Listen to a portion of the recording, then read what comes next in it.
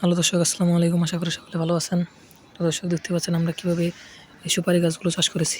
আপনারা চাইলে কিন্তু খুব সহজে এই সুপারি গাছের চারাগুলো কিন্তু এভাবে রোপণ করতে পারেন। তো দর্শক, দেখতে পাচ্ছেন কিন্তু আমরা প্রচুর পরিমাণে কিন্তু এই সুপারি গাছের চারাগুলো কিন্তু বাড়ির পাশ দিয়ে কিন্তু খুব সহজেই কিন্তু রোপণ করেছি। তো দর্শক, আপনারা চাইলে কিন্তু খুব সহজেই এই সুপারি গাছের চারাগুলো বাজার থেকে কিনে এনে কিন্তু আপনারা খুব সহজেই কিন্তু চাষ করতে পারেন। এতে কিন্তু আপনাদের প্রচুর পরিমাণে কিন্তু লাভবান হতে পারবেন। তো দর্শক, আমাদের অনেক ভাইয়েরা কিন্তু এই সুপারি গাছের চারাগুলো কিন্তু চাষ করে কিন্তু তারা প্রচুর পরিমাণে লাভবান হচ্ছে। আপনারা চাইলে কিন্তু এই সুপারি গাছের চারাগুলো বাজার থেকে কিনে এনে খুব সহজে কিন্তু আপনাদের বাড়ির পাশ দিয়ে কিন্তু এভাবে কিন্তু চাষ করতে পারেন।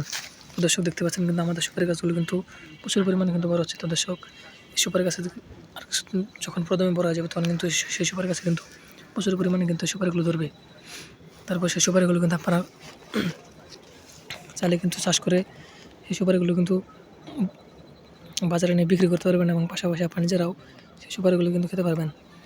দর্শক, দেখতে পাচ্ছেন কিন্তু প্রচুর পরিমাণে কিন্তু আমরা সুপারি গাছগুলো রোপণ করেছি। তো দর্শক, আপনার চাইলে কিন্তু খুব সহজে সুপারি গাছের চারাগুলো কিনে এনে এই চারাগুলো কিন্তু আপনারা খুব সহজে কিন্তু আপনাদের বাড়ির পাশ দিয়ে কিন্তু এভাবে রোপণ করতে পারেন, বা আপনাদের পুকুরের পাড় দিয়ে কিন্তু খুব সহজে কিন্তু এভাবে এই সুপারি গাছের চারাগুলো কিন্তু রোপণ করতে পারেন। এতে কিন্তু আপনারা প্রচুর পরিমাণে লাভবান হতে পারবেন। তো দর্শক, আমাদের ভিডিওটি যদি আপনার একটু ভালো হয়ে থাকে তাহলে অবশ্যই চ্যানেলটি সাবস্ক্রাইব করে দেবেন এবং ভিডিওতে একটা লাইক করে দেবেন। ধন্যবাদ, ভালো থাকবেন। আসসালামু আলাইকুম।